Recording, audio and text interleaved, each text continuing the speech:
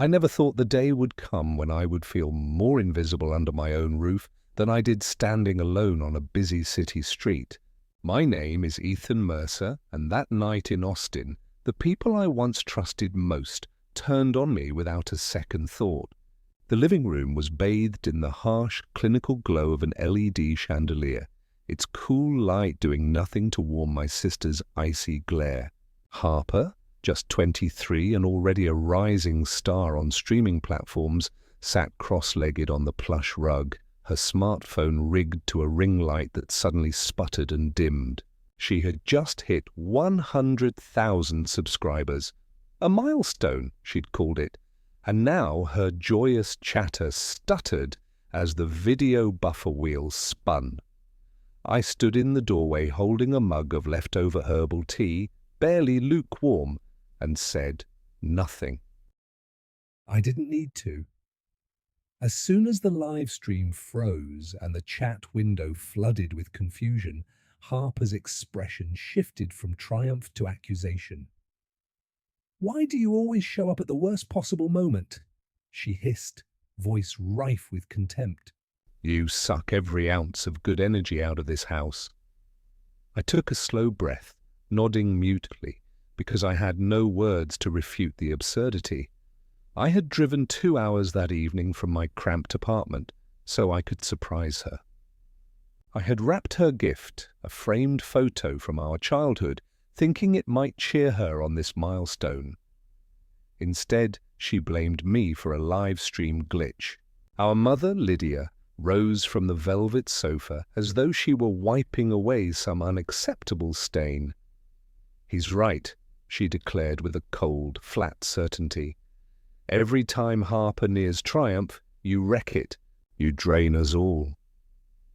My heart pounded, and behind me I heard the soft click of my father's reading glasses as he pinched the bridge of his nose and turned away, unable or unwilling to meet my eyes.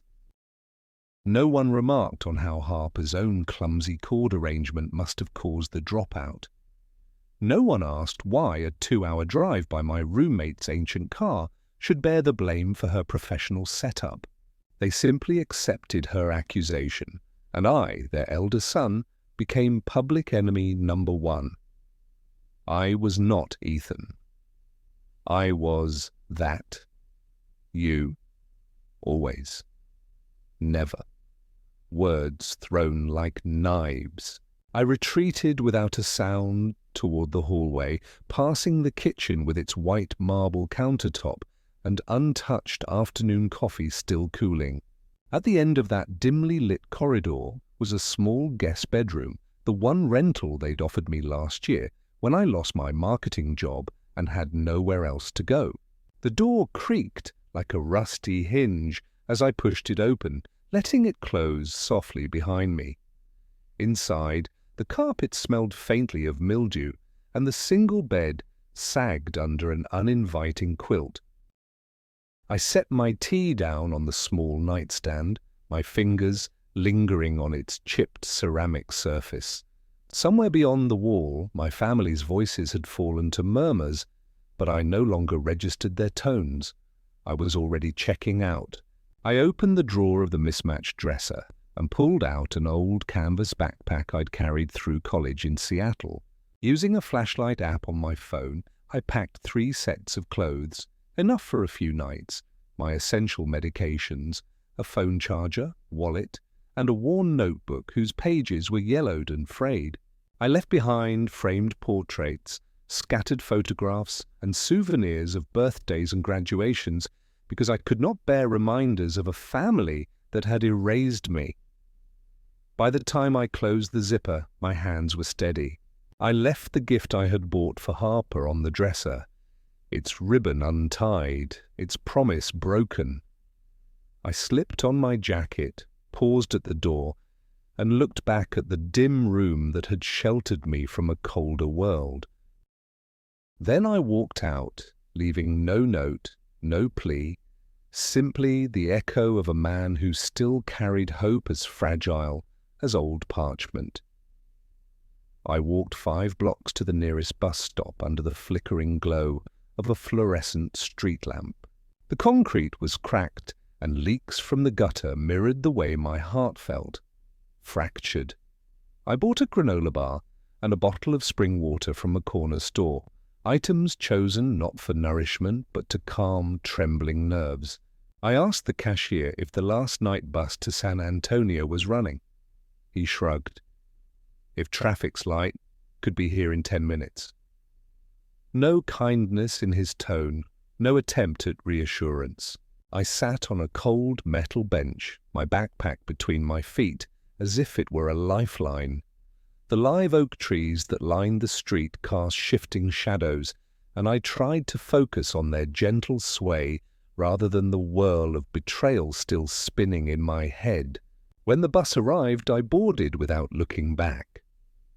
No one called after me, no one wondered where I went. I had become a ghost in my own story. As the city lights blurred past the window, I pressed my forehead against the cool glass and forced myself to keep my eyes open. The bus hummed onward, and somewhere between midnight and the promise of dawn, I realized that I no longer belonged to the Mercer household. They had scrubbed my presence from their lives, and now I would write a new chapter, one that began with the ache of loss, but would eventually lead me to reclaim everything they tried to erase. I stepped off the bus into a late-night haze that felt both foreign and strangely welcoming. The air in San Antonio carried a mild warmth, a stark contrast to the sterile chill of my sister's living room glow. I stood under a flickering street lamp, my backpack heavy against my shoulders, like a familiar burden I could not yet set down. Around me, silhouettes drifted by, street cleaners pushing their carts, a lone biker tracing the curb, each absorbed in their own world. No one spared me a glance. In that moment, anonymity became a cloak of comfort. My first destination was a budget motel I had scouted online while still on the bus. The reviews had been sparse, but sufficient. Clean enough, no frills, safe.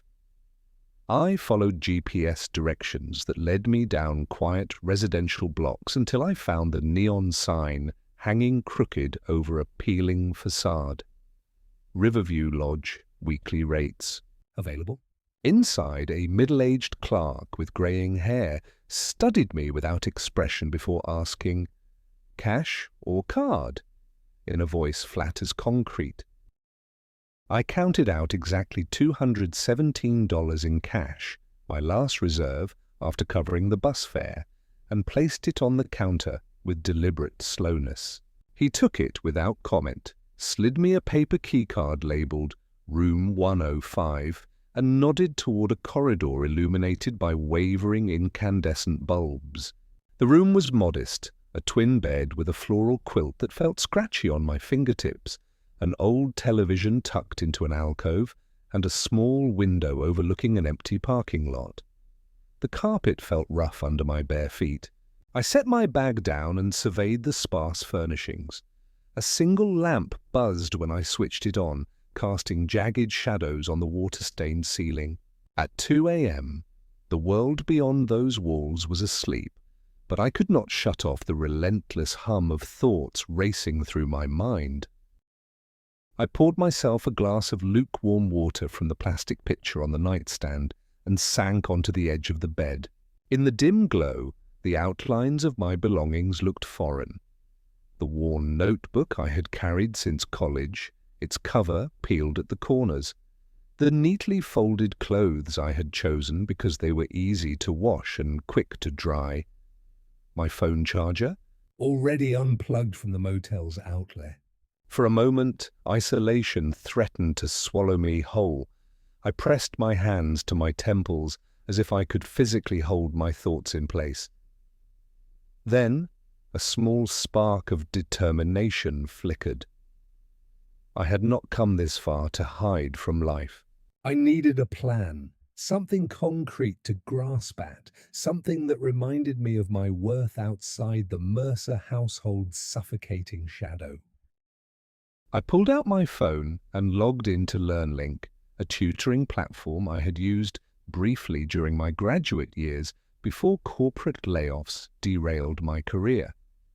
My profile was dormant, saved under my real name, Ethan Mercer, Education Specialist. The university listing read University of Washington, English Literature. I tapped Edit Profile and began rewriting every line to reflect my current situation. Passionate tutor with over 5 years of experience helping students master reading comprehension and essay writing. Proven track record of raising SAT reading scores by over 200 points, flexible scheduling, and personalized lesson plans. My fingers hovered over the Upload Photo button. The last picture on my phone was dated nearly a year ago, a candid shot of me in a coffee shop, headphones on, scribbling notes in my notebook. I selected it and adjusted the crop until only my face remained, eyes steady, mouth set in a faint, determined line. Beneath it, I crafted a short bio. I believe in teaching not just facts, but understanding, empowering students to own their learning journey. I saved the changes and waited for the confirmation banner to pop up. Profile updated successfully. It was almost 3 a.m. when I finally shut off the bedside lamp. Sleep felt out of reach, but I closed my eyes and let exhaustion wash over me. I dreamt of empty rooms and unanswered messages, then of chalkboards lined with half-erased equations and paragraphs waiting to be dissected.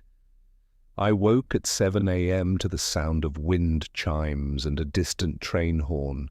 The city was stirring. I slipped into my sneakers, grabbed a granola bar from my bag, and walked 2 blocks to the public library where I'd arranged my first session.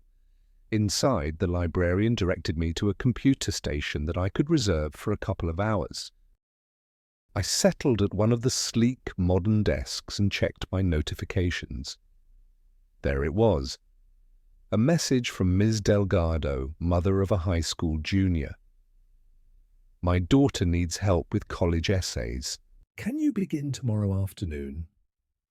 I exhaled slowly, feeling the tension in my chest ease for the first time in weeks. I clicked accept. It was my first real acknowledgement that I could step out of my sister's shadow and into a space of my own making. I spent the rest of the morning drafting lesson outlines, gathering sample prompts, and reviewing literature analysis techniques. Each click, each saved document, was a small act of reclaiming my identity. The buzzing of the library lights faded into background hum as I lost myself in work that mattered. That night, back in room 105, I laid out my tutoring materials on the desk, my phone beside them. The same lamp cast soft light on my notes, thesis statements versus topic sentences, textual annotation strategies, metaphor identification exercises.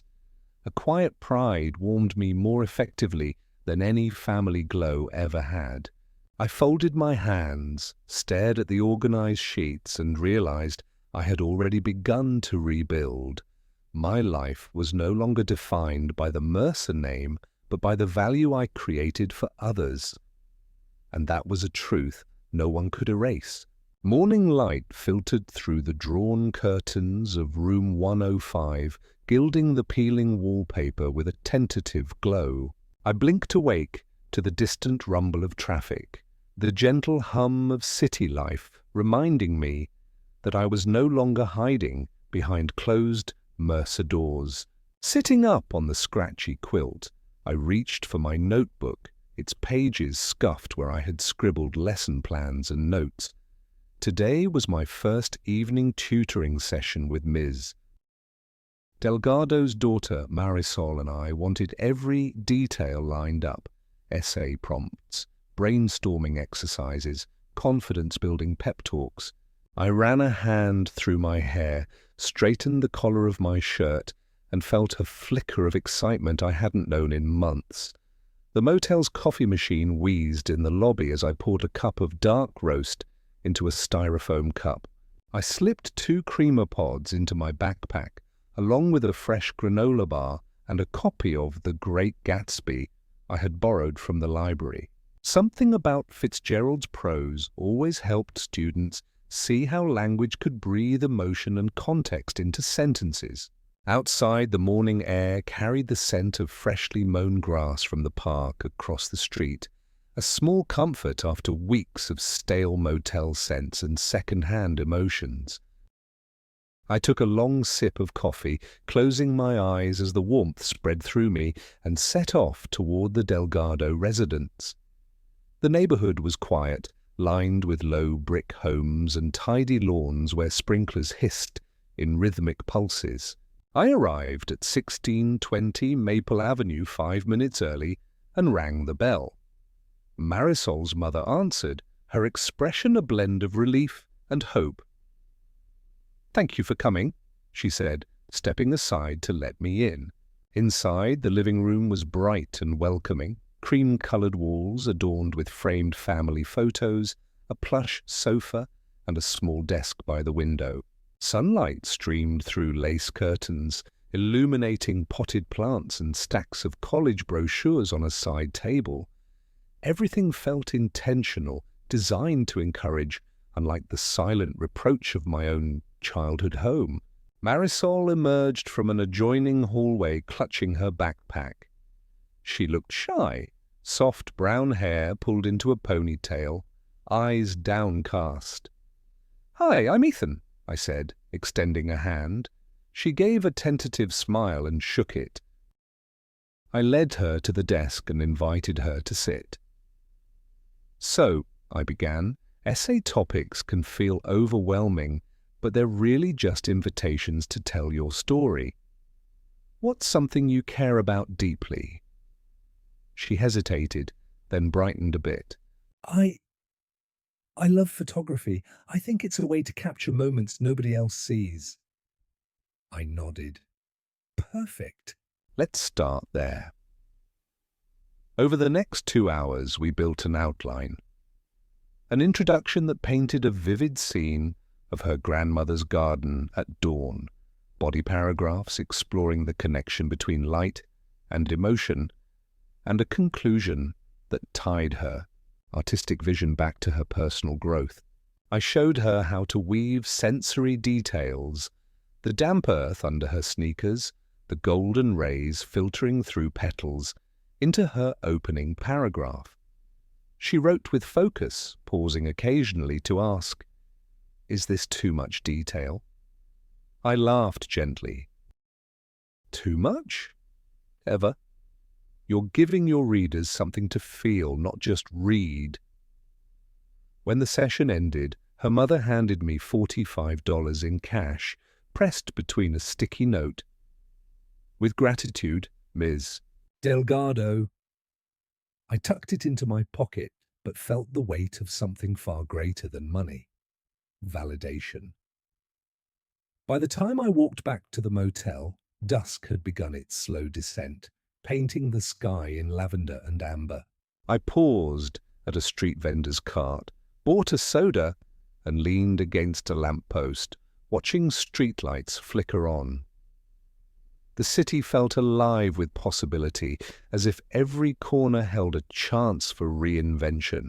Back in my room, I reviewed Marisol's draft under the glow of the shaky desk lamp. Her prose was earnest and raw, but she needed help tightening her thesis and polishing transitions. I grabbed a pen and marked notes in the margins. Clarify this shift. Consider substituting glimmer for shine. Expand on emotional reaction here. Each correction reminded me of the countless lessons I had taught myself. How to craft words that resonated, how to structure arguments so they flowed like water. I realized that in teaching others, I was reaffirming my own expertise. Just as I was about to close my notebook, my phone buzzed with a notification from LearnLink. A new request from Mr. Khan, father of a sophomore struggling with algebra.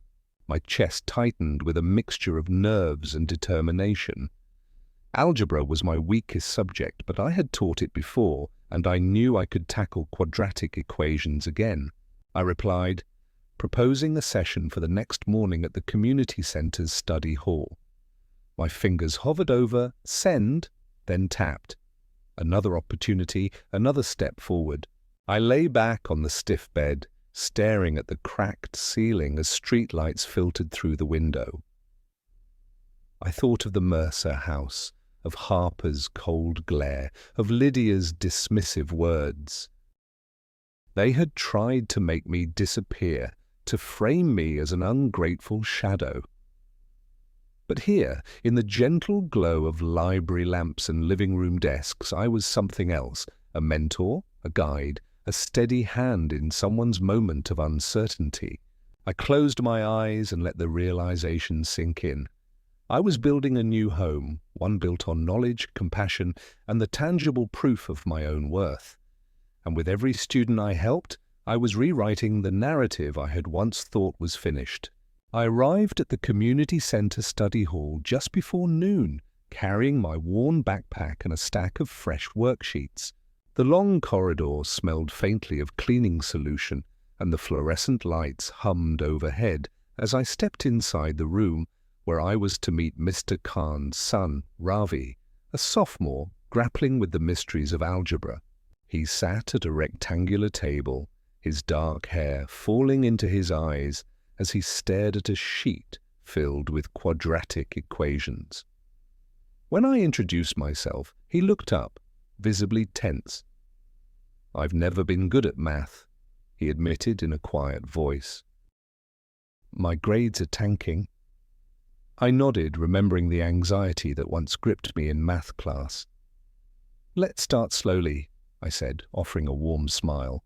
"Algebra can feel like a foreign language. Let's learn to translate." I wrote a simple example on the whiteboard. X squared plus 3x minus 4 equals 0. Then I guided Ravi through the process of factoring, showing him how to break the expression into x plus 4, x minus 1 equals 0. As his frown transformed into curiosity, I explained that solving for x is like asking, which numbers make this true? He copied each step, pausing to ask, "So you're finding what makes the equation balance?" I confirmed it with a nod. Exactly. Balance is key. By the end of our 90-minute session, Ravi had successfully solved 3 of 4 practice problems on his own. His eyes brightened as he realized he could do more than he believed. "I get it now," he said, with a shy grin. His mother, waiting in the lobby, slipped me $40 in cash and offered heartfelt thanks. As I walked back outside, the late afternoon sun cast soft shadows across the pavement. I paused to look at the stack of bills in my hand. More than just money. It was evidence that my skills mattered, that I belonged somewhere. That evening, back in room 105, I spread my tutoring notes across the small desk and reviewed Ravi's progress. I felt a surge of pride mixed with relief. For the first time in months, I had woken up with purpose. I washed my face in the grimy bathroom sink. Warm water sputtered from the faucet, and then settled into the cracked vinyl armchair facing the window. I opened my laptop and saw a notification. LearnLink had matched me with a new student, an 11th grader named Ariana preparing for her ACT. I clicked Accept without hesitation. Over the next 2 days, I balanced algebra sessions with literature reviews and essay workshops. With each lesson, I refined my teaching techniques and learned to tailor explanations to different learning styles. My confidence grew alongside my students' achievements. Marisol submitted a compelling draft on social justice. Ravi solved systems of equations with newfound ease, and now Ariana was ready to tackle science reasoning questions. I took meticulous notes after every class, what worked, what needed improvement, where I could offer additional examples. The motel room's walls, once blank and oppressive, began to feel like a sanctuary where my purpose was mapped out in ink and typed documents. On a quiet Saturday afternoon, I ventured into downtown San Antonio to clear my mind. I wandered along the river walk, watching paddle boats glide through emerald water and listening to distant guitar chords from street musicians. Couples strolled hand in hand, families shared laughter on patio tables, and tourists snapped photos of vibrant tiles. The world continued in its rhythms, unaware of the personal revolution unfolding in room 105. I found a bench overlooking the river and pulled my notebook from my backpack. Flipping to a blank page, I began jotting ideas for a personal blog, an online space where I could share teaching tips, motivational reflections, and stories of student breakthroughs. I paused, realizing that telling my own story might reach those who felt unseen. As the sun dipped toward the horizon, I made my way back, thoughts buzzing with possibility. When I reached the motel, I checked my phone and discovered an unexpected message, an email from a small publication called Educator's Journal, asking if I would pen an article about my tutoring approach and the role of empathy in student success. My fingers trembled as I read the invitation, an invitation to step into the light rather than remain hidden. I stared at the screen, heart pounding, and felt the familiar warmth of hope blossom in my chest. That night, I drafted a response accepting their offer, then sat back and surveyed the room. The single lamp illuminated the mottled walls, but my eyes settled on the organized chaos of my teaching materials. Each lined-up worksheet, each annotated page, each carefully folded lesson plan testified to countless hours of dedication. In the silence, I acknowledged that I was no longer defined by my family's rejection, but by the tangible impact I was making on others' lives. For the first time, I saw room 105 not as a temporary refuge, but as the headquarters of my new beginning, where knowledge, compassion, and integrity would chart the path forward. The next morning, I awoke before sunrise. A pale grey glow seeped around the edges of the curtains, and I lay in bed for a few moments, simply listening to the distant rumble of early traffic. Room 105 had become so familiar that the creak of its floorboards felt like an old friend's greeting. Yet I had no desire to linger beneath those thin sheets. I swung my legs over the edge of the bed, planted my feet on the threadbare carpet, and reached for my phone. There, nestled among routine notifications, was a message that made my heart stutter. "Ethan, are you awake? I found something you need to see."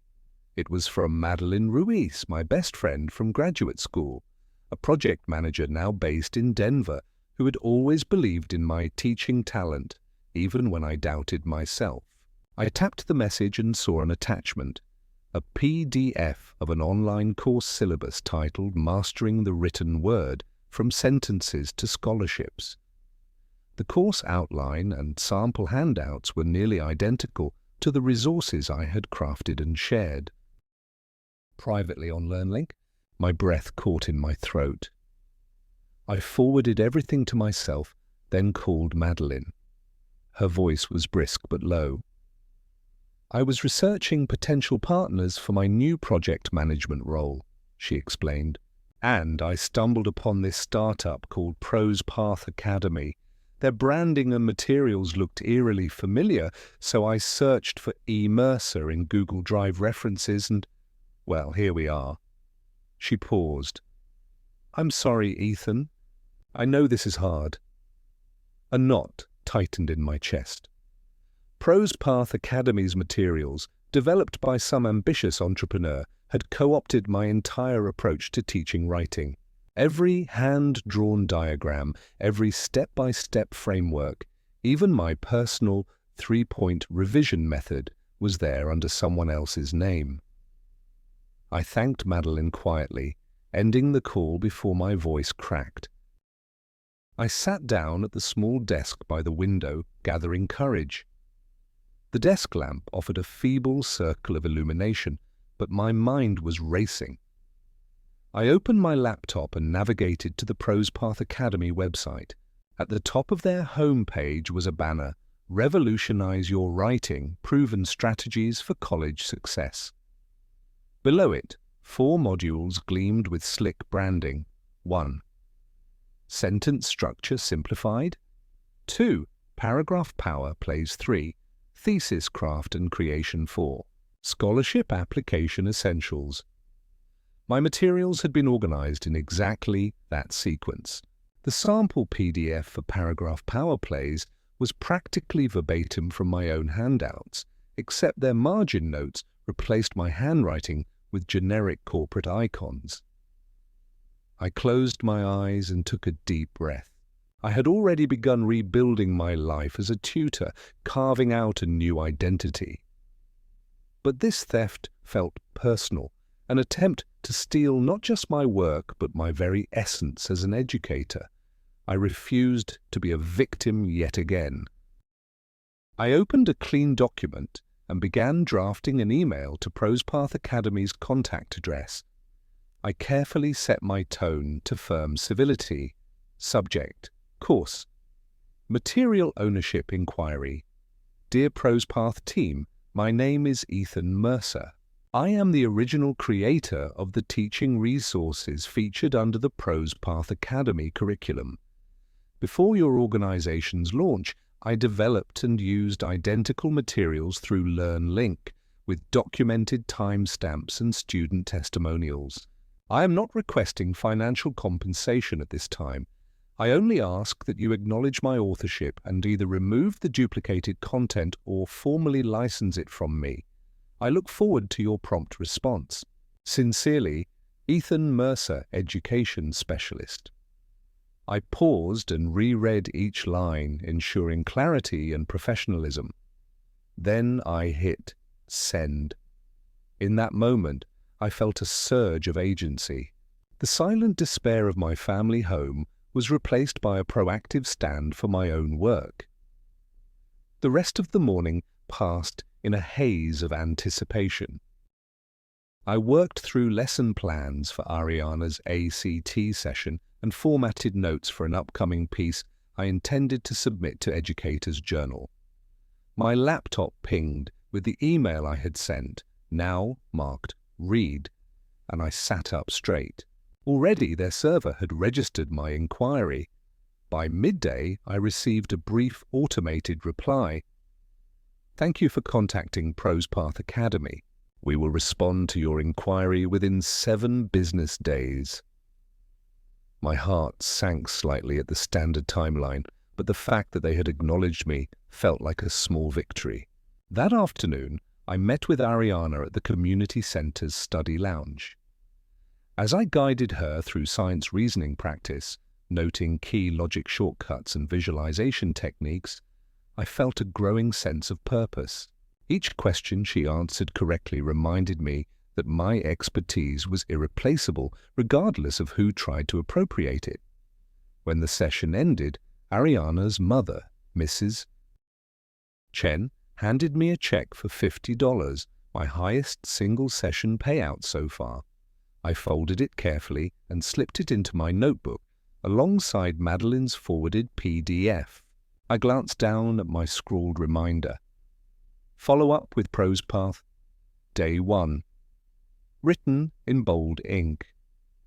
Back at the motel, I prepared a folder labeled E. Mercer Originals and copied my entire digital archive onto a portable hard drive. I printed out time-stamped PDF exports of my LearnLink resources, old email confirmations, and Madeline's evidence. I tucked everything into the folder like ammunition for an upcoming battle. As dusk fell, I placed the folder on the desk lamp's pool of light, the documents casting long shadows across the motel wall. The flickering bulb illuminated each page, a testament to countless nights spent refining and perfecting my teaching craft. I closed the folder with a determined click, leaned back in my chair, and allowed myself a moment of quiet satisfaction. For the first time in my life, I was not just surviving, I was actively defending my own narrative. And with that conviction burning bright, I was ready for whatever came next. Within 24 hours of sending my inquiry to ProsePath Academy, I felt the familiar hum of anticipation in my chest.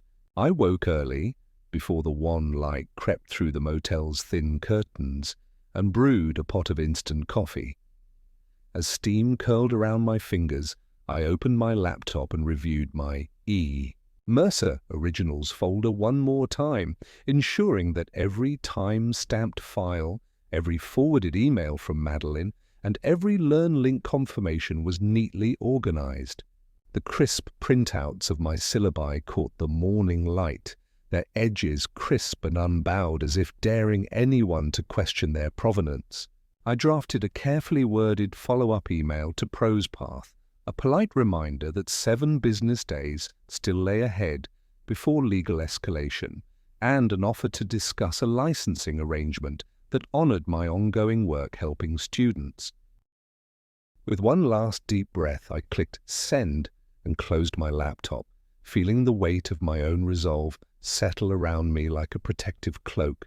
Later that afternoon, I made my way to a small law office I had researched online, Reed and Thompson Intellectual Property, located in a quiet strip of oak-lined streets near downtown. The receptionist directed me to a narrow conference room where I met Ms. Eleanor Reeves, a seasoned attorney with salt and pepper hair and a no-nonsense demeanor. After I laid out my materials, printed course outlines, email chains, LearnLink records, she leaned back in her leather chair and steepled her fingers. "Your case is clear," she said in measured tones. "You have documented proof of ownership and public acknowledgement via your LearnLink profile and the timestamps on your files. ProsePath's use of identical content is an infringement under federal copyright law." She paused and looked me squarely in the eye. "I recommend we prepare a formal cease and desist letter, and if they do not comply within 14 days, we file a complaint with the U.S. Copyright Office and pursue statutory damages."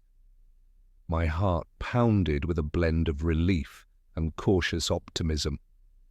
I nodded, grateful that my instincts had led me here to a professional who could translate my evidence into legal protection. Back in room 105, I felt the air vibrate with possibility. I drafted the cease and desist letter under Ms. Reeves's guidance, using clear, legal language that outlined my exclusive rights to the Mastering the Written Word curriculum, the Paragraph Power Plays module, and the 3-point revision method. I attached Exhibits A through C, my original, drafts with date stamps, then signed and sent the letter via certified mail. That evening, as I waited for the return receipt, I turned my attention to my teaching work. I logged into LearnLink and updated my profile banner with a photo of me at the whiteboard, marker in hand, smiling confidently. Underneath, I added a brief note. "Official creator of the Mastering the Written Word curriculum, celebrating 5 years of helping students succeed." It was a small act, but it felt like reclaiming my name in public view. Just before midnight, I heard a soft knock at my motel door. My heart leapt as I opened it to find a plain white envelope wedged under the frame. Inside was the green return receipt card, stamped "Received," with a scribbled date from ProsePath's headquarters. They had it. I exhaled, leaning against the doorframe, as gravity pulled years of self-doubt from my shoulders. In that moment, the motel room felt less like a temporary refuge and more like command central for my reclaimed life. I slipped the receipt into my notebook alongside the check from Ariana's mother and Ravi's session payment and taped it to the wall above my desk lamp. I gazed at the growing mosaic of proof, light reflecting off printed papers, digital screens, and personal mementos, all converging into a single truth. I was not a shadow, nor a burden, nor an inconvenience.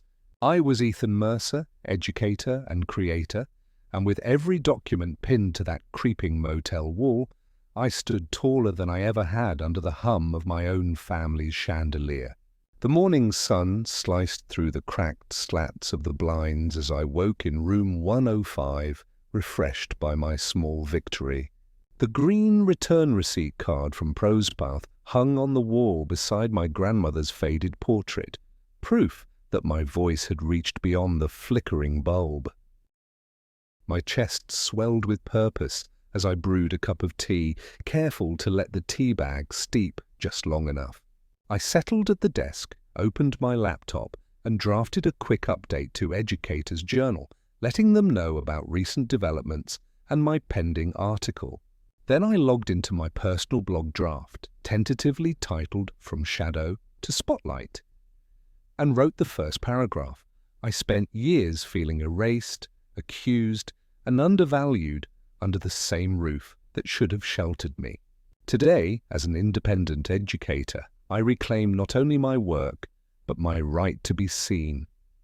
Satisfied with the opening, I switched gears to my next tutoring session, a virtual meeting with Mr. D'Souza's daughter Layla, who was preparing for the PSAT. I reviewed her emailed practice test scores, subpar in math but promising in reading, and tailored a 2-hour lesson focusing on logic puzzles and data interpretation. My day unfolded in blocks: 1 hour of blogging, 2 hours of tutoring via video call, an afternoon at the library researching IP case studies, and then an early evening session with Ms. Delgado's younger son, Mateo, working on his geometry proofs. Each successful session brought fresh affirmations. Layla texted, "Your tips made these questions click," and Mateo emailed a selfie of his completed proof, beaming. By late afternoon, the anxiety that once knotted my stomach had dissolved into steady confidence. I packed my bag and headed to the San Antonio Public Library to access a private study room reserved for legal research. I had to prepare for the possibility that Prosepath's attorneys might push back. Inside the hushed room, I spread out my files, the cease and desist letter, my original course materials, and printed legal references Ms. Reeves had recommended. I made margin notes on potential counter-arguments, fair use, transformative content, and flagged sections of the U.S. Copyright Act that underpinned my claim. Hours passed as I annotated and organized my binder. When I stepped back into the late afternoon sun, the sky had softened to pastel hues. I realized my stomach was empty, so I treated myself to a tamale from a nearby food cart. As I walked back toward the motel, each bite reminded me that I deserved nourishment in food, in work, and in recognition. I glanced down at my phone, half expecting news from Prosepath, but only saw a reminder. Finalize Educator's Journal draft. I smiled and tapped the notification, eager to translate my experiences into an article that might inspire others. That evening, under the buzzing desk lamp, I pored over my article draft. I described the shock of discovering my stolen materials, the loneliness of striking out on my own, and the relief of legal validation. I quoted Ms. Reeves. "Your ownership is not just a matter of files and dates. It's a declaration of your professional identity." Then I shifted tone, offering practical advice. Maintain detailed records of creation dates, back up your work, and never underestimate the power of a polite but firm inquiry. I closed the laptop at 10 p.m., printed a copy for my binder, and pinned a sticky note on the screen. Submit Friday. Just as I was about to turn in for the night, my phone buzzed with an email. From Reed and Thompson, Prose Path Academy's council had requested a meeting to discuss licensing terms. My heart leapt. They were taking me seriously. I replied within minutes, proposing Wednesday at 10 a.m. at their offices downtown. I tapped send and leaned back, letting a grin spread across my face. For the first time I felt empowered not only as a tutor, but as a creator whose work commanded respect. I curled under the scratchy quilt, eyes tracing the mottled ceiling. The room no longer felt like a temporary holdout. It was my action center, where legal documents, lesson plans, and personal reflections converged into a life I had rebuilt on my own terms. As sleep claimed me, I drifted into dreams of chalkboards cleared of doubt, whiteboards filled with confident diagrams, and a future unshakable in its promise. There, in the quiet darkness, I finally knew I was exactly where I was meant to be. Wednesday morning broke clear and cool, a gentle breeze stirring the Spanish moss that draped the live oaks along Alamo Plaza. I arrived at the Prose Path Academy offices 15 minutes early, my heart fluttering like a caged bird, but steadied by the months of preparation that had brought me here. The building was a sleek glass and steel structure, its lobby spotless and modern. I checked in with the receptionist, who handed me a visitor badge, Ethan Mercer, and directed me to the third-floor conference room where the meeting would take place. As I rode the elevator up, I reviewed the materials in my mind, the cease and desist letter and its exhibits, the timeline of my original course development, the manifesto of curriculum ownership I had drafted under Ms. Reeves's guidance and Madeline's forwarded PDF proof. I pictured Ms. Eleanor Reeves's calm, authoritative presence. I envisioned the negotiation not as a confrontation, but as a fair sharing of credit and potential collaboration. I pressed my palm to the cool metal wall of the elevator and tried to breathe evenly. The conference room door stood ajar, and inside I saw three figures seated around a polished mahogany table. One was a sharply dressed attorney, dark suit, crisp white shirt, silver tie, whose nameplate read, Mr. Grant Whitman, Esquire. Beside him sat a woman in smart business casual attire, whose nameplate identified her as Ms. Larissa Green, Chief Content Officer of Prose Path Academy. A younger man observed from the side, laptop open, presumably a junior associate. I cleared my throat gently and stepped forward. Whitman looked up, nodded curtly, and gestured to the seat across from Green. Mr. Mercer, he said, voice formal but not unfriendly. Thank you for coming. Please, sit. I placed my portfolio on the table, documents neatly tabbed with coloured sticky notes, and offered each person a printed copy of the cease and desist letter. Green's eyes flicked over the exhibits as I introduced myself. Thank you for meeting with me. As you know, I am the original creator of the Mastering the Written Word curriculum, which your materials mirror almost identically. My intent today is to discuss how we can resolve this matter fairly, whether by acknowledging my authorship, licensing my content, or establishing a partnership moving forward. Whitman cleared his throat. Mr. Mercer, we have reviewed your claim and the documentation. We do not dispute the timeline of your work. However, we believe there may be overlap with pre-existing public domain frameworks and collaborative contributions within industry standards. He paused, allowing the implication to settle. They were prepared to argue that my methods were not wholly proprietary. Green leaned forward. We value your work, Mr. Mercer, and we would like to explore a licensing agreement rather than litigation. We propose a revenue-sharing model where ProsePath pays you a percentage of course sales moving forward. I nodded, listening carefully.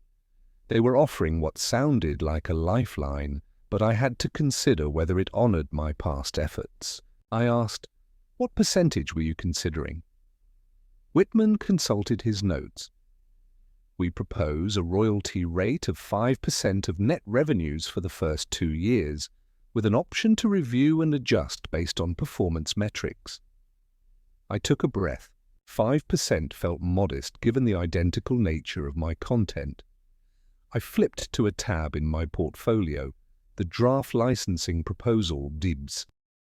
Reeves and I had prepared, suggested a 15% royalty in perpetuity, reflecting the foundational nature of my materials. I tapped the proposal page and said, "I appreciate your offer. Given that these modules comprise the core of your curriculum, I would feel more comfortable with a royalty rate of 15% of net revenues, with annual reviews and clear usage guidelines.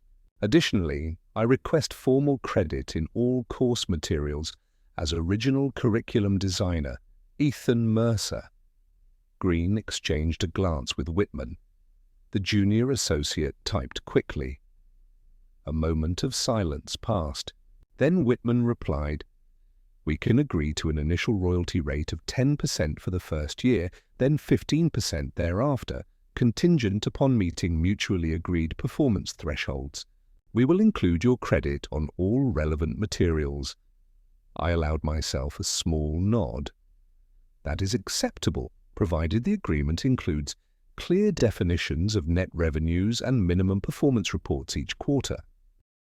"And I would like a seat at the content review table for any substantial updates to ensure my intellectual property remains intact." Green smiled, warm relief in her expression. "Absolutely. We want to respect your ownership and maintain the integrity of the curriculum. We will draft the revised agreement accordingly." Whitman stood and extended his hand. "Thank you, Mr. Mercer. We will have a formal draft emailed to you by end of day Friday. Welcome aboard as Prose Path's licensed content partner."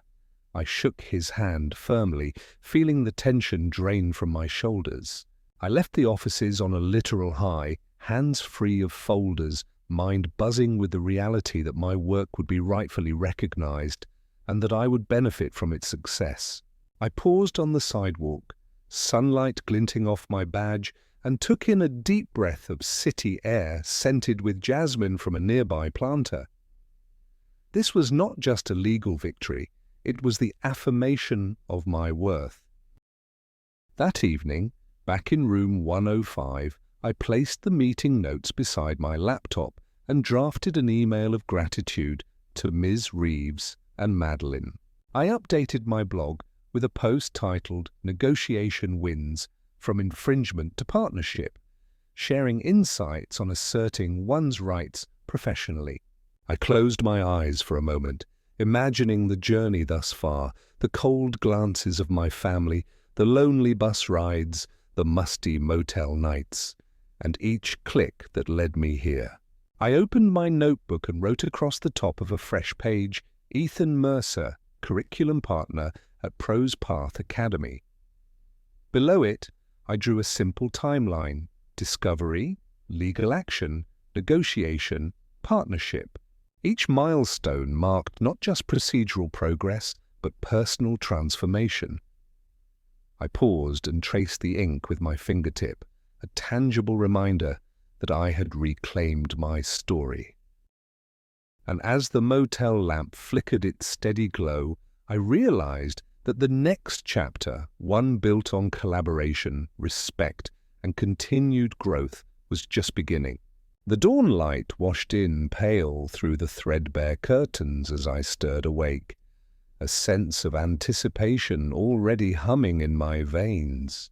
Today marked my first official day as a licensed content partner with Prose Path Academy, and I intended to start by delivering value immediately.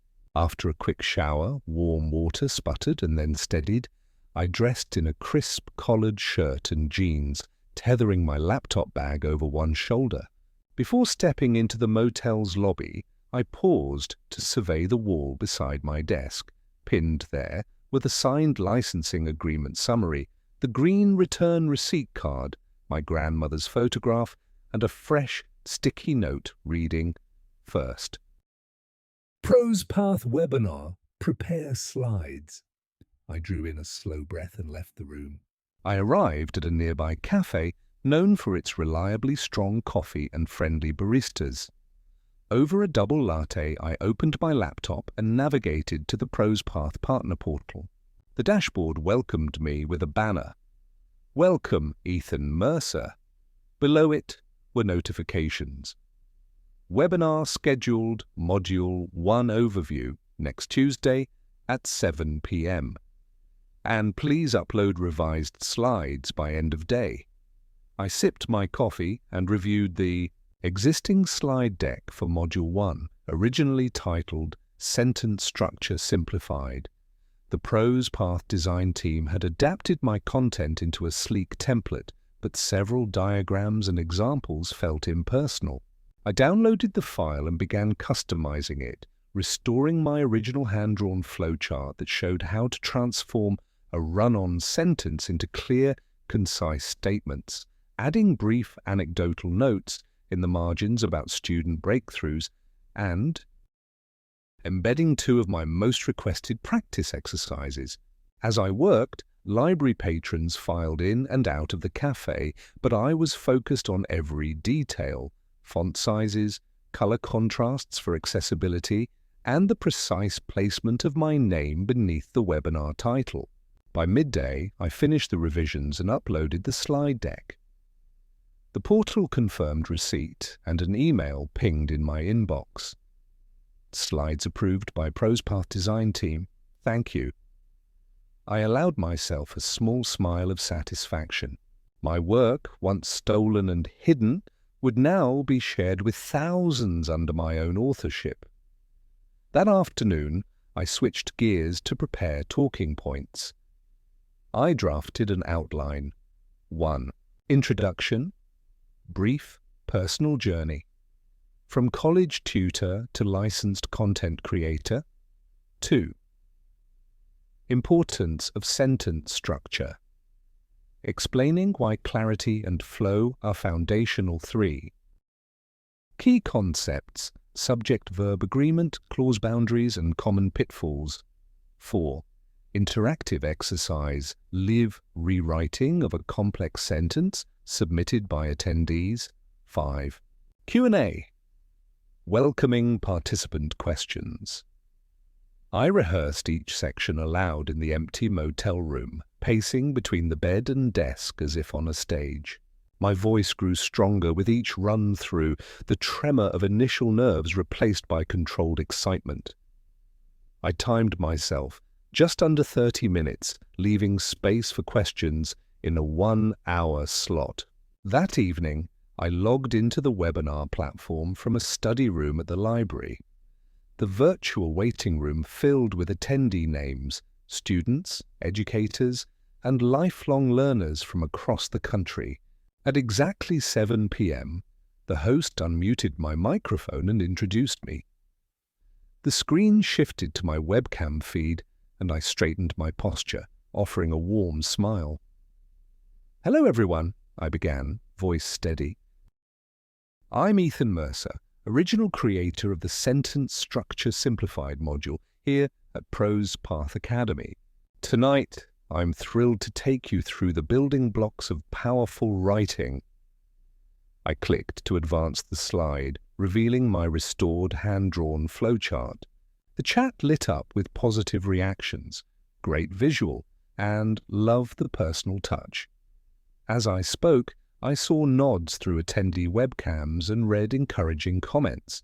When I invited a volunteer to submit a convoluted sentence, a user named CuriousLearner_22 typed, "Despite the fact that the test was challenging, substantial improvement was necessary."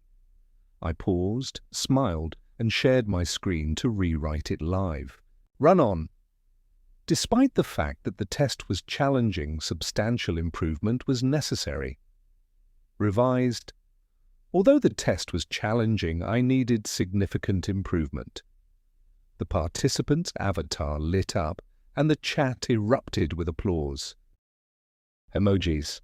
My heart swelled with the familiar thrill of connection that I had missed for so long. An hour later, as the Q&A wound down, I shared my closing thoughts. Remember, clarity isn't about stripping away complexity. It's about aligning your words with your meaning so readers engage effortlessly. I thanked everyone, and the webinar ended.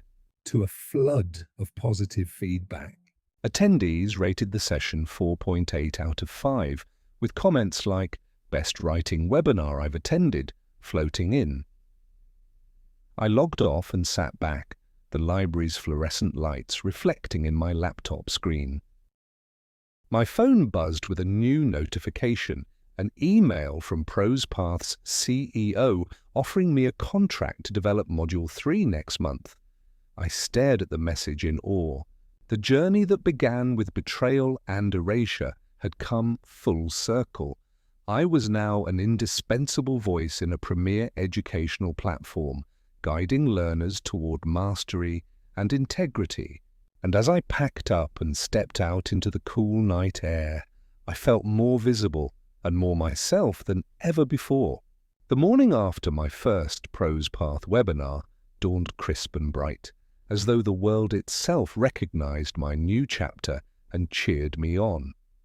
I rolled out of bed in room 105, stretched, and reached for my phone. Notifications from the webinar platform glowed with praise. Messages like "transformative session" and "you've reignited my passion for writing." My heart fluttered with gratitude as I read each one. Then I slipped on my sneakers and headed out for a brief sunrise walk along the river walk, carrying a small notebook in my coat pocket where I'd sketched early ideas for Module 3, focusing on thesis craft and creation. The river's surface shimmered gold in the dawn light, and when I paused at a quiet bench, I opened the notebook to that fresh page. I reviewed the outline, an engaging anecdote about finding clarity in an abandoned research journal, step-by-step deconstruction of strong thesis statements, and an interactive activity asking learners to craft a thesis from provided prompts. Filling in a few more bullet points, I felt the familiar surge of purpose. My grandmother's spirit, she had believed in my educational vision long before anyone else, seemed to smile down at me in every ripple of water. By 9 a.m. I was back at the cafe near the motel, coffee in hand, and drafting an email to Larissa Green and Grant Whitman. I thanked them for the webinar opportunity and proposed a tentative timeline for Module 3.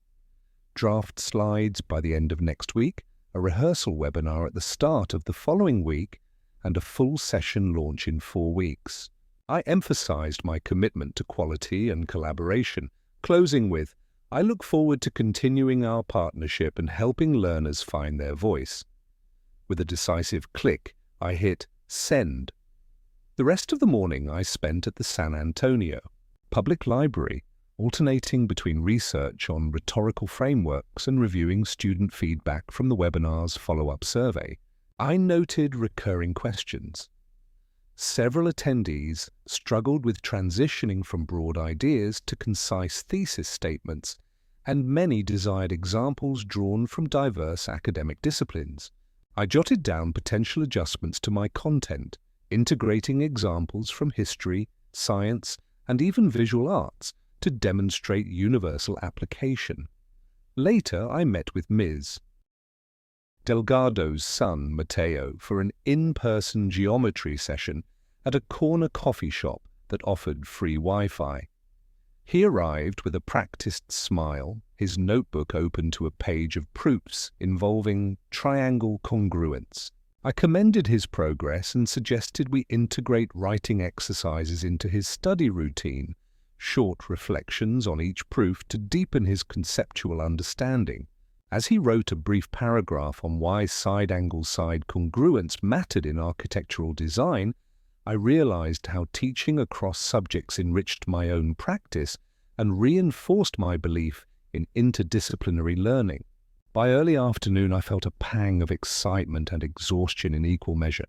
My laptop dinged with a reply from Larissa.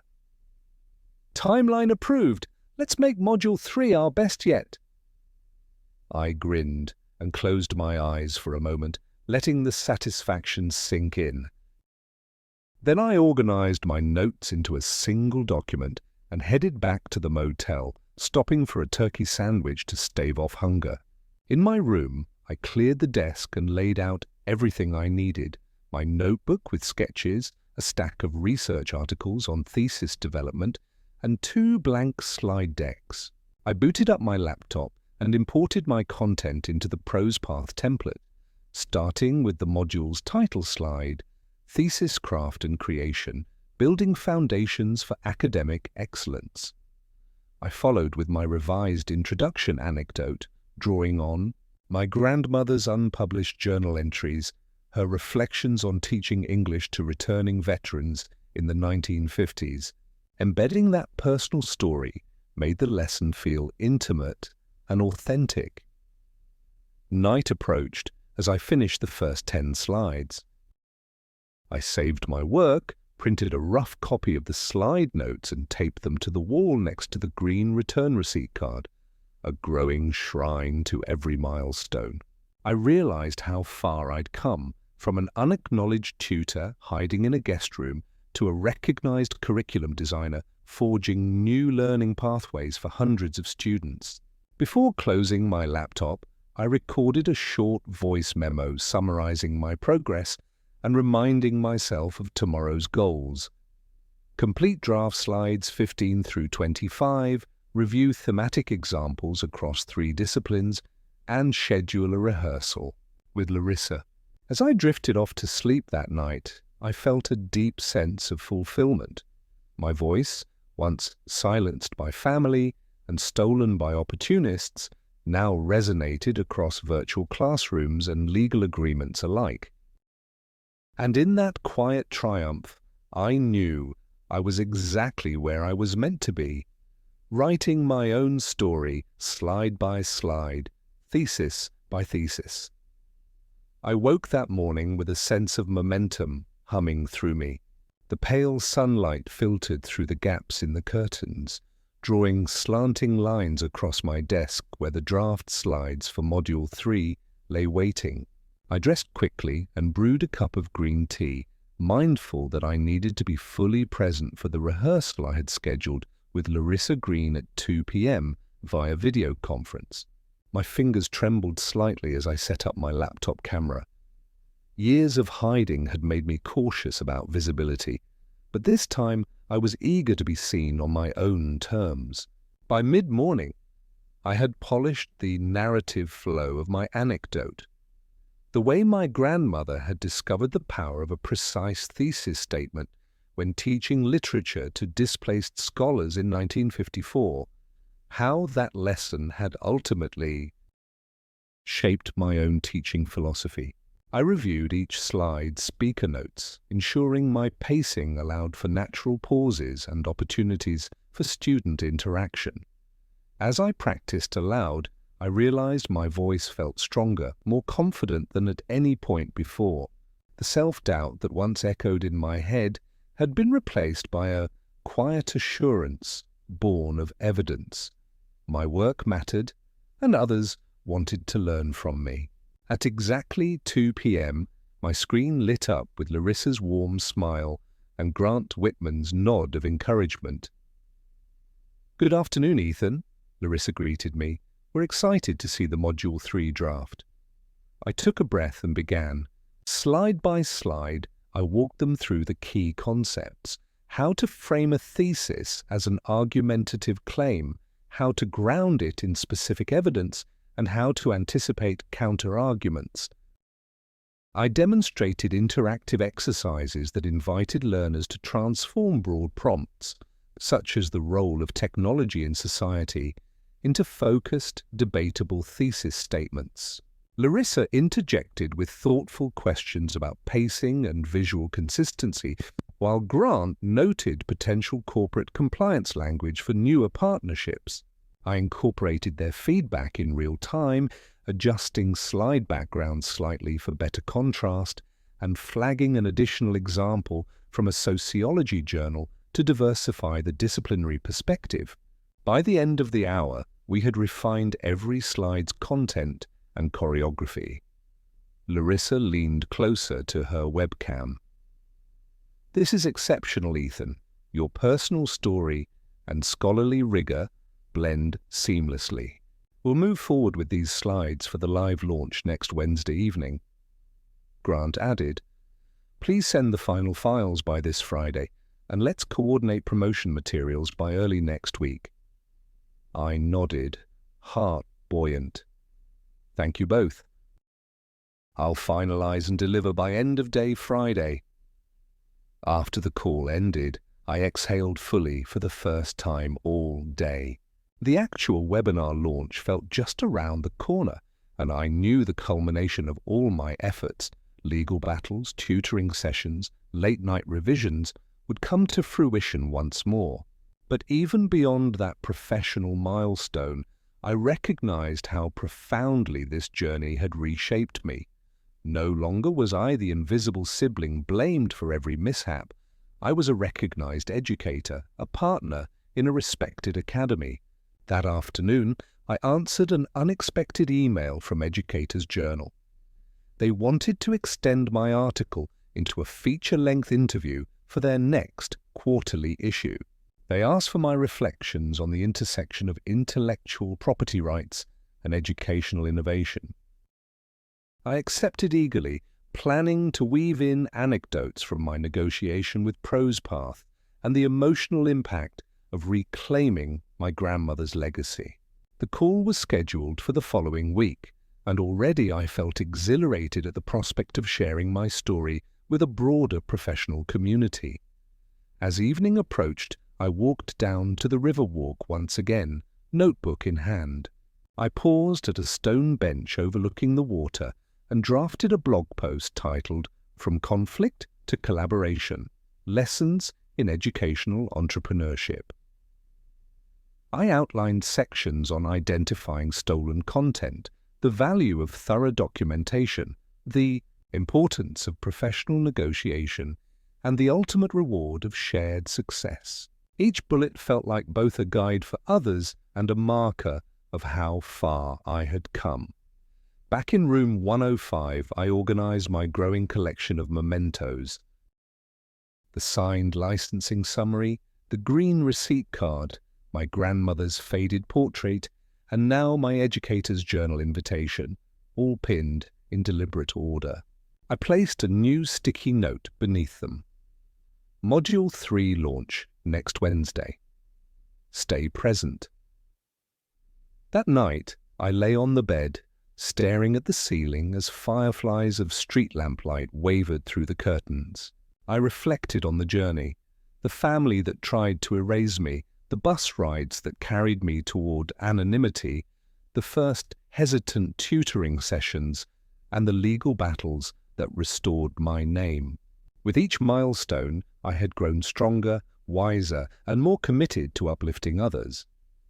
As sleep claimed me, I felt a profound sense of purpose. The next chapter awaited, one where my voice would continue to guide learners and where my own narrative, once suppressed, would stand as testament to the power of persistence and integrity. The morning light inched through the narrow gap in the curtains of room 105, and I woke feeling a mixture of anticipation and grounded calm. Today was the day I would finalize the launch plan for Module 3 and prepare for my video interview with Educators Journal.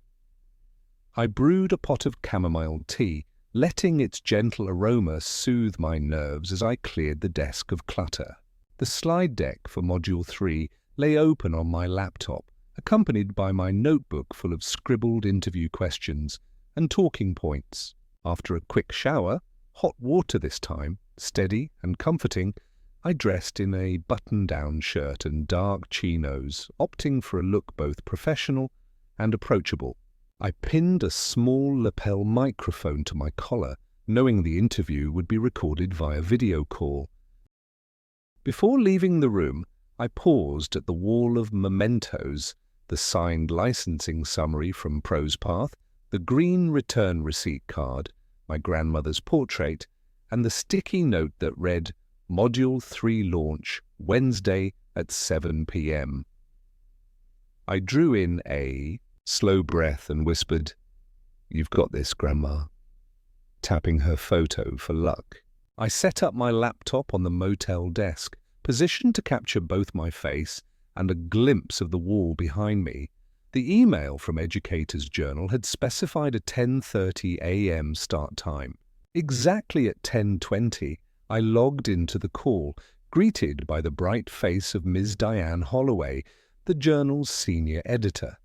Behind her was a bookshelf crammed with educational tomes.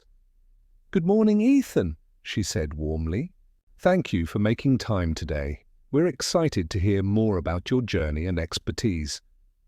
I took a sip of tea and smiled. "Thank you, Diane."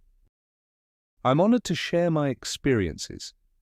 Over the next hour, we discussed everything from my initial days as a college tutor, when I earned just $10 an hour helping classmates dissect literary passages, to the moment I discovered prose paths. Unauthorized use of my curriculum. I recounted the tension of drafting that first cease and desist letter and the relief of negotiating a fair licensing agreement.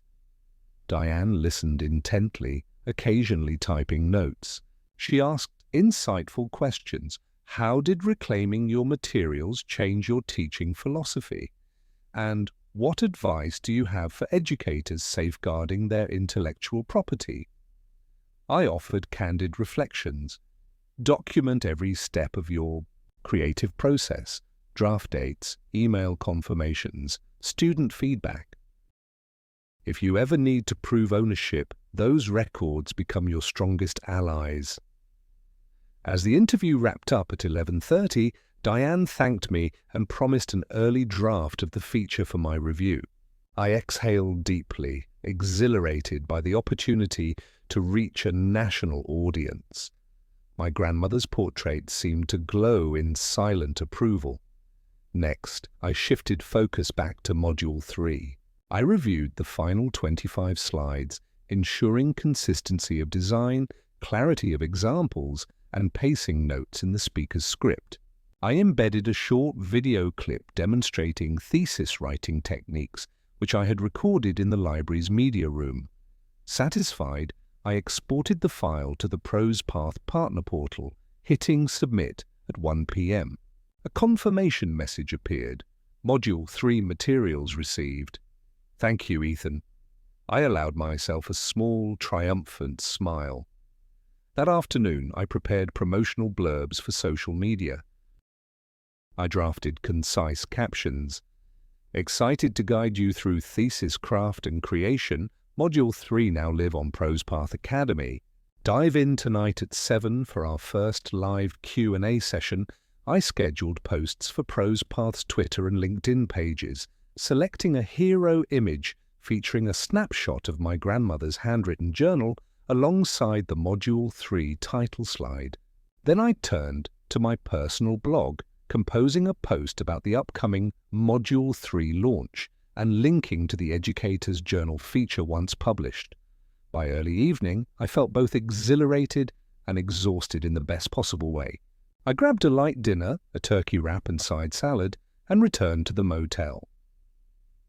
At exactly 6:30, I logged into the ProsePath webinar platform to run a final sound and slide check. The interface showed 120 registered attendees, up from 50 for Module 1. My heart hummed with pride. At 7 p.m., I went live. My webcam lit my face against the backdrop of my modest setup, laptop, notebook, and that wall of personal milestones. I delivered the seminar with confidence, guiding learners through crafting clear, compelling thesis statements. Post-launch surveys flooded in with praise and constructive feedback. Best module yet. And the anecdotes added real depth. And I felt that familiar spark of connection lighting every corner of my being. As the session concluded at 8:30, I closed the platform and leaned back in my chair. The motel room was quiet except for the distant hum of traffic. I looked around at the walls I had once thought confining. Now they bore witness to my transformation.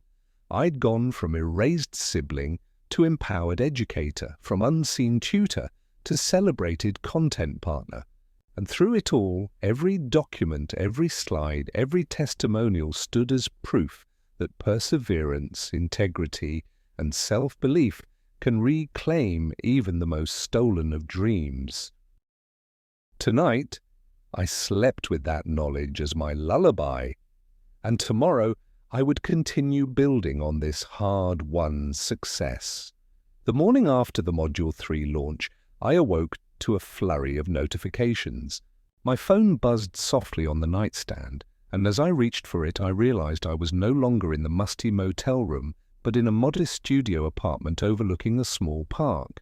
Only a few days had passed since I signed the lease, yet every corner now felt like a canvas for my new life. I had traded the sagging bed in room 105 for a crisp, comfortable mattress, and the peeling walls for fresh paint in a calming shade of sage. Above my makeshift desk, a simple, reclaimed wood tabletop, I had pinned the printed educator's journal feature, the Prose Path licensing summary, and my grandmother's black and white photograph, all held in place by a single antique clip she once used for her lesson plans. I stretched and brewed a pot of jasmine tea, inhaling its fragrant steam as I reviewed the day's agenda. First on the list was drafting the announcement for the Barbara Wellingham Scholarship Fund, which I had established in my grandmother's honor to support underprivileged students preparing for college entrance exams. The fund's initial endowment had come from a handful of generous contributions, former students, community members, and a small grant from a local education nonprofit, all inspired by my online story of reclaiming intellectual property and teaching with integrity. I opened my laptop and crafted a heartfelt post. In memory of my grandmother, Barbara Wellingham, whose lifelong commitment to teaching changed countless lives, I am proud to launch the inaugural scholarship to support 10 talented students who lack The resources to afford test preparation. Eligible applicants will submit a one-page essay on how education has transformed their community. Applications open today and will be accepted through the end of next month. I formatted the announcement with a tender photograph of my grandmother standing before a chalkboard, chalk in hand and eyes alight with purpose. Hitting publish felt like sending a beacon of hope out into the world. I shared the link on social media, the Prose Path Partner Portal, and the Educators Journal Community Forum, inviting readers to apply, share, and support. As midday approached, I shifted gears to prepare for a one-on-one mentoring session with Daniel, a recent college graduate struggling to transition into his first job. He had reached out after reading my blog post about resilience and professional reinvention. We met at a cozy cafe near my apartment, where I sipped hot chocolate while we discussed his resume, job search strategies, and the importance of framing setbacks as learning experiences. Daniel listened intently as I shared my own story of losing everything and rebuilding from scratch. By the end of our time together, he had a revised cover letter that emphasized his adaptability and a clearer vision of his career path. As he thanked me, I felt the familiar warmth of purpose, the same conviction that had guided me through every tutorial, every legal battle, and every webinar. Back at home, I spent the afternoon reviewing scholarship applications that had already begun to trickle in.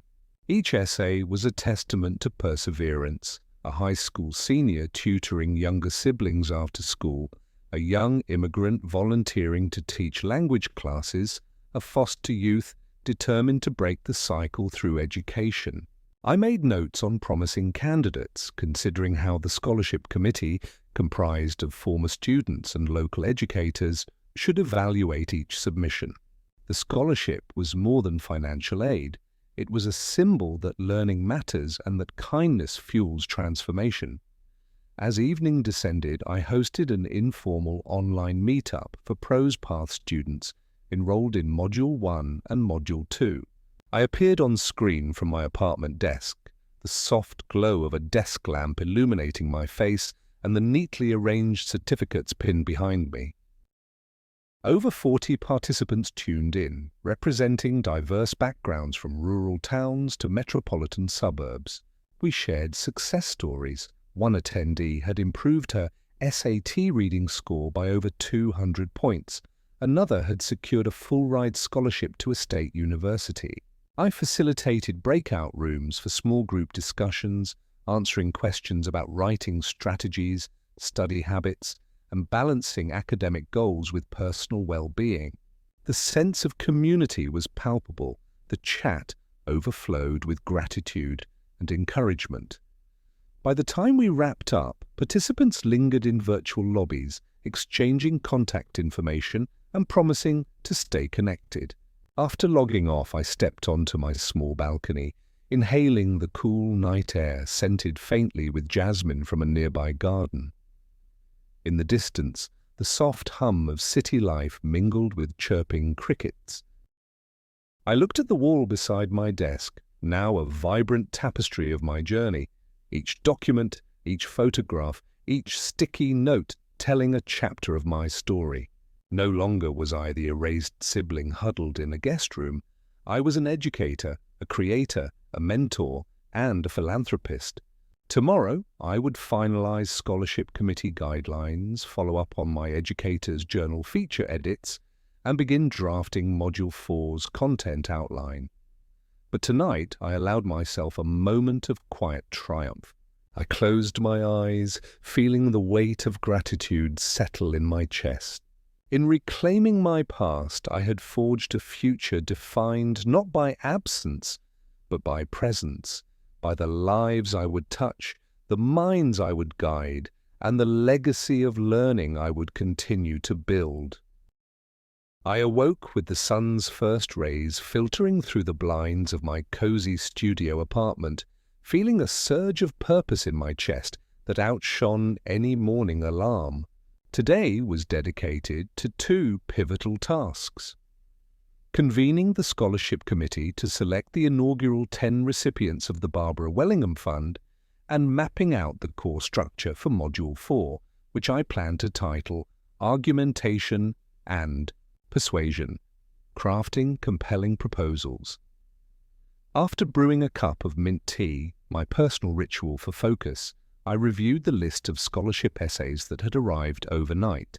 Each page bore the quiet determination of young writers confronting adversity, a foster youth recounting how he tutored neighborhood children despite living in group homes, a first-generation college hopeful describing how her mother's factory job inspired her to pursue engineering, a refugee who taught himself English by annotating bilingual texts. I assembled a small virtual panel of former students, Marisol, Ravi, and Ariana, inviting them to join a video conference at 10 a.m. sharp. As I waited for their cameras to flicker to life, I reminded myself that this was more than a selection process. It was the culmination of my grandmother's legacy and my own journey from obscurity to empowerment. When everyone had joined, I opened the floor. Thank you all for being here. Our goal is to identify 10 applicants whose essays demonstrate both the transformative power of education and the resilience to leverage this scholarship fully. We spent the next 2 hours discussing each candidate's heartfelt stories, weighing their needs against their potential for impact. Marisol championed a student who had organized free tutoring sessions in her community. Ravi advocated for an applicant who dreamed of opening a mobile classroom in rural counties, and Ariana spoke passionately about supporting a single parent studying nursing. We laughed, nodded, and occasionally fell silent as we considered essays that made our own memories of struggle and triumph resurface. Finally, by consensus, we selected the 10 recipients whose essays resonated most deeply with our shared values. I drafted personalized acceptance emails on the spot, congratulating each winner and outlining next steps for disbursement and mentorship. The committee members expressed heartfelt thanks for including them in this process, and I felt a profound sense of closure and renewal, knowing that together we had ignited the spark of opportunity in 10 deserving lives. With the scholarship work complete by early afternoon, I turned to Module 4's blueprint. I cleared my desk of scholarship documents and opened my trusted notebook to a fresh page titled Module 4, Argumentation and Persuasion. From the pen flowed bullets outlining the module's structure. First, foundational theory, defining persuasion, through ethos, pathos, and logos. Second, real-world applications, analyzing historic speeches and modern proposals. Third, hands-on practice, students drafting mock proposals for causes they care about. And fourth, peer review guidelines, teaching learners to critique respectfully and constructively. I paused to think of a compelling opening anecdote, the human touch that had become my signature. I recalled an evening years ago when I had drafted my grandmother's teaching grant application, her words grappling with scientific literacy among rural students, and how that document had secured vital funds for her program. I scribbled the anecdote in my own voice, imagining how it would draw learners into the art and ethics of persuasion. By late afternoon, I had sketched 20 slide titles and drafted speaker notes for each, interweaving historical examples from 19th century social reformers to 21st century social entrepreneurs. I translated these notes into the ProsePath template, importing hand-drawn diagrams to illustrate rhetorical appeals and layering interactive polling questions to engage live audiences. As evening set in, I stepped onto my balcony to survey the city lights, reflecting on the arc of my own transformation. From the cold walls of that guest room to the vibrant community of learners, from silent erasure by blood relations to a celebrated role as an educator and advocate, I had journeyed farther than I ever dared to hope. Below me, distant traffic hummed, and the soft glow of street lamps cast gentle patterns on the pavement. I thought of the Module 4 launch coming next month, of the scholarship winners who would begin their academic journeys in the fall, and of the countless students yet to discover their potential in my courses. With a renewed sense of mission, I returned indoors, brewed a final cup of chamomile, and sat at my desk reviewing the day's achievements. I added a new sticky note above my grandmother's photo. Module 4, draft complete, prepare to inspire. The soft buzz of the evening city was my lullaby as I closed my eyes, knowing that tomorrow would bring fresh opportunities to guide, to teach, and to uplift. In the silence of that moment, I felt more present than ever, more alive in my own story, a narrative I had not only reclaimed, but had rewritten with courage, compassion, and unshakable resolve.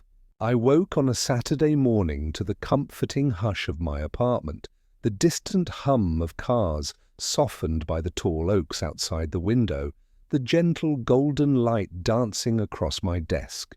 Today I planned to consolidate everything I'd built, finalize Module 4 materials for ProsePath, distribute scholarship funds via the non-profit portal, and outline a personal reflection piece for Educator's Journal on lessons learned.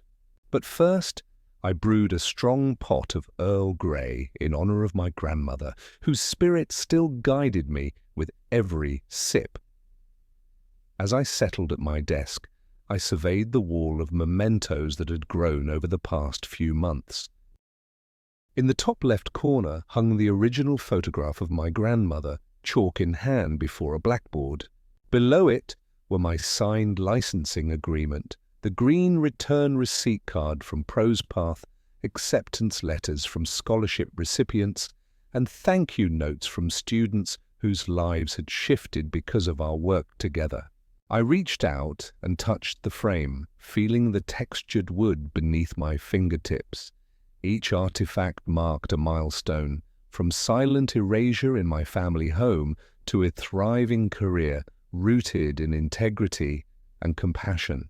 I turned to my laptop and opened the ProsPath Partner portal. Module 4's draft slides awaited final polish. I reviewed each of the 30 slides, honing transitions and verifying that interactive elements, live polls, breakout prompts, and real-time exercises were seamlessly embedded. As I clicked through, I imagined hundreds of learners clicking Join Webinar next Tuesday at 7 p.m., each eager to master persuasive writing. I added a brief animated transition between slides 10 and 11 to emphasize the shift from theory to practice, and adjusted the speaker's notes to include a short case study of a student, Jasmine, a scholarship recipient, whose persuasive proposal secured funding for a community garden. By noon, I uploaded the finalized deck and received the confirmation banner, Module 4 materials approved and scheduled for launch. Next, I turned to the Barbara Wellingham Scholarship Fund portal, where the 10 recipients' accounts awaited disbursement. I clicked through each profile: Hannah, Diego, Amina, Luis, Sophia, Connor, Priya, Jamal, Estelle, and Naveen, verifying banking details and sending each scholarship check with a personalized note. Dear name, congratulations on being selected for the inaugural Barbara Wellingham Scholarship. I was deeply moved by your essay and proud to support your academic journey. Remember that education is both a tool and a bridge. Use it boldly. Warm regards, Ethan Mercer. 40 minutes later, all funds were on their way. I leaned back in my chair, feeling a profound sense of fulfillment in knowing these resources would empower 10 driven, deserving students to pursue their dreams. The final task of the day was drafting an essay for Educator's Journal, reflecting on how adversity had shaped my approach to teaching and entrepreneurship. I opened a new document and titled it Educator as Advocate, From Erasure to Empowerment. I wrote in a steady flow, weaving together personal anecdotes, from the night my sister blamed me for a technical glitch to the moment I reclaimed my work. Through legal action and lessons on resilience, ethical practice, and community building, I emphasized 4 core principles. 1. Document your journey. Keep meticulous records of creation dates, drafts, and feedback. 2. Stand firm on integrity. Approach disputes with professionalism and clarity of purpose. Moondram. Center. Compassion. Use your skills to uplift learners, especially those most in need. 4. Cultivate. Community. Collaboration turns individual triumphs into shared blessings. By the time I saved the draft at 5 p.m., the essay felt like a fitting capstone to my story, one that would reach beyond ProsPath's classrooms and inspire educators worldwide. As dusk settled, I stepped out onto my small balcony with a mug of chamomile tea. The city lights flickered on, and the live oaks rustled in the gentle breeze. I reflected on how far I'd come, from that guest room where I packed a bare minimum just to escape, to this apartment filled with purpose and proof of my worth. I thought of the students whose eyes brightened at each aha moment, of the scholarship winners whose dreams had been given wings, and of the educators reading my words, poised to assert their own rights and uplift their communities. In the distance, a train horn echoed, a reminder that life moves forward, carrying us toward new possibilities. I raised my mug in a silent toast to the grandmothers who believe in us, to the mentors who guide us, and to every one of us brave enough to reclaim our stories and share them with the world. Then I leaned back, closed my eyes, and let gratitude wash over me. knowing that the narrative I had written was not only my own, but a beacon for countless others yet to find their voice.